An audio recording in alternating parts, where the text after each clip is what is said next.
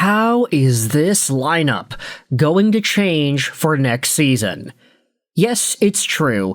The Detroit Red Wings fell out of the playoff race.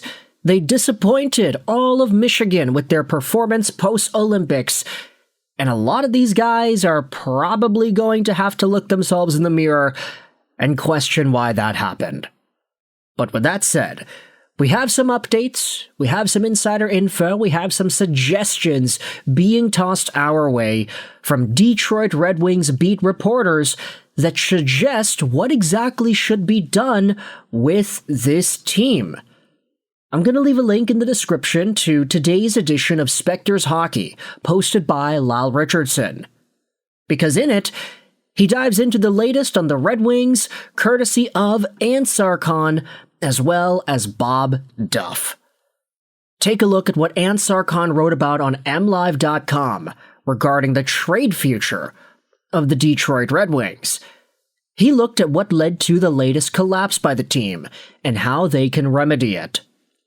Topping the list is the Red Wings' need for an elite scoring forward. Kahn believes they should be aggressive in this summer's trade market. He suggested pursuing a center such as Robert Thomas of the St. Louis Blues or Elias Pettersson of the Vancouver Canucks. Yeah, these two names, not foreign to the idea of the Detroit Red Wings going out there and acquiring them in some sort of a move, whether it is a panic trade for Elias Pettersson this summer or a circling back to St. Louis for Robert Thomas. I do think that either of these guys would be appropriate pickups for the Detroit Red Wings. I also do hope that in the eyes of Steve Yzerman, Elias Pettersson is seen as just a tad more valuable, so he could send more Vancouver's way.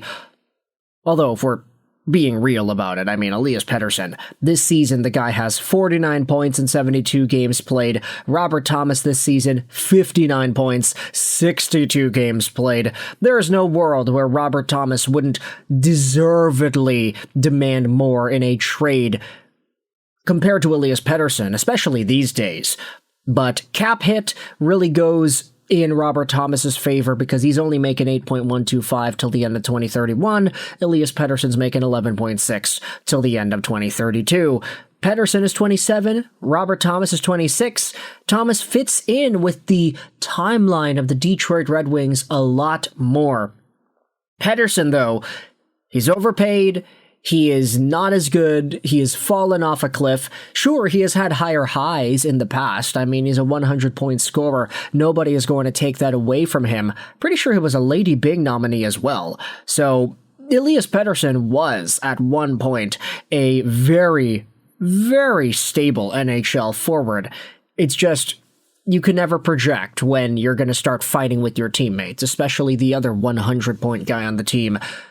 Robert Thomas, on the other hand, the price for him was reportedly very, very high, to the point where maybe some GMs were turned off by the idea of acquiring him. We know for sure there were conversations that went down between the Red Wings and the Blues because they ended up making the Justin Falk trade. Robert Thomas was probably involved in those discussions too, but Yzerman was like, okay, well, we're not going to give up all the stuff that you want, St. Louis, so let's just take Falk instead. You can get our first-round pick. How's that? In a way, you can say that Yzerman's reluctance to go fully in on a center trade cost the team the playoffs this year. But with that said, we have some analysis from Spectre's Hockey here. The Red Wings have over $30 million in projected salary cap space for 26-27 with 18 active roster players on their contract. Defenseman Simon Edvinsson is their only core player in need of a new deal. He is an RFA coming off his ELC. The Red Wings have sufficient cap space to re-sign Edvinsson, add a scoring forward, and still have enough to fill out the roster. Thomas and Pettersson were linked to the Red Wings in the rumor mill before last month's trade deadline. Of the two, Thomas would be the more desirable. He's been a more reliable point producer over the past 3 years and carries a more affordable contract than Pettersson. However, Pettersson might be more willing to accept a trade given his struggles in Vancouver. So, as we had heard from Elliot Friedman yesterday, the Canucks are probably going to go out there and start talking to Pettersson in the summer. They're going to open up the opportunity for him to get moved, not because they're essentially shipping him out, but because I think at this point everybody acknowledges that a change in scenery is probably for the best. The guy's overpaid, the guy's making way too much money, and he's not giving his best foot forward when it comes to suiting up in a Vancouver sweater. As much as he says he wants to, it's very evident that he doesn't shoot, he doesn't make plays, he is scared compared to how he had used to play in the past. The guy has forever changed. Rick Tocchet and JT Miller essentially ruined the Elias Pettersson story here in Vancouver. Moving on, there is some extra conversation here. Con believes the Red Wings must upgrade their bottom six forwards too. He also recommends finding a reliable second-line center. Acquiring a first-line center, such as Robert Thomas, could resolve that need for a second-line center. They could drop team captain Dylan Larkin into that role. Man, could you imagine Dylan Larkin suiting up as a second-line center? I know that's kind of been like the template that everybody suggests should be the case. I mean, for all the talk about acquiring a center this trade deadline season, I think the biggest idea was always you would have a really, really strong second-line center afterwards. Either Larkin plays 2C or the new guy does. But if Larkin, who is tasked currently with all the toughest matchups and the most extreme minutes, is playing 2C in a sheltered role, I honestly do think it could help out his point production. I mean, Larkin has been a pretty solid and consistent point producer for the past 10 years, essentially. But if he's playing against weaker competition and he's more juiced up because he's not playing all the tough minutes, then maybe he could get that point per game season. Who knows? I mean, he was close in 22-23, just 1 point behind. But the fact that he hasn't broken 80 points in a season yet feels kind of odd, in my opinion. Moving forward, there is some extra analysis here on the Red Wings. Take a look at what Bob Duff wrote about on Detroit Hockey Now. He believes the Red Wings must move away from signing veteran free agents as they have done in recent years. He feels they should give more playing time to their promising youngsters.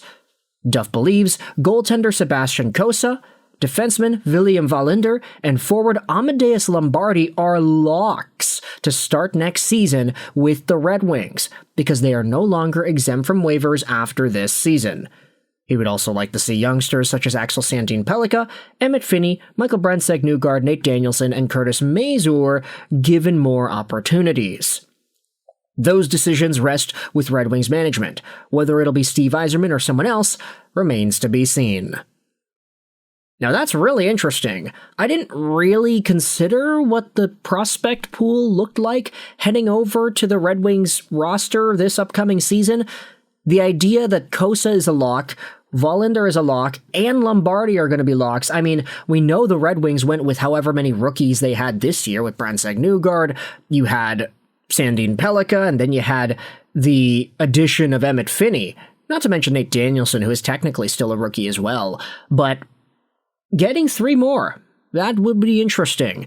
Sebastian Cossa, I'd say, is the easiest of the 3 to project considering the goaltending struggles with Cam Talbot, but Amadeus Lombardi, if that guy's a bona fide full-time NHLer for 82 games next season, I'd say it's a pretty good bet, but I'm not going to say I expected it.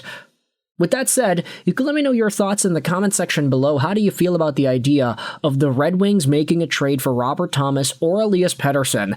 The idea that they're still linked to these guys, and which one of these you would prefer if you are a Detroit Red Wings fan. Let me know in the comment section all your opinions about this trade idea and these trade updates. I hope you enjoyed this video. And bye.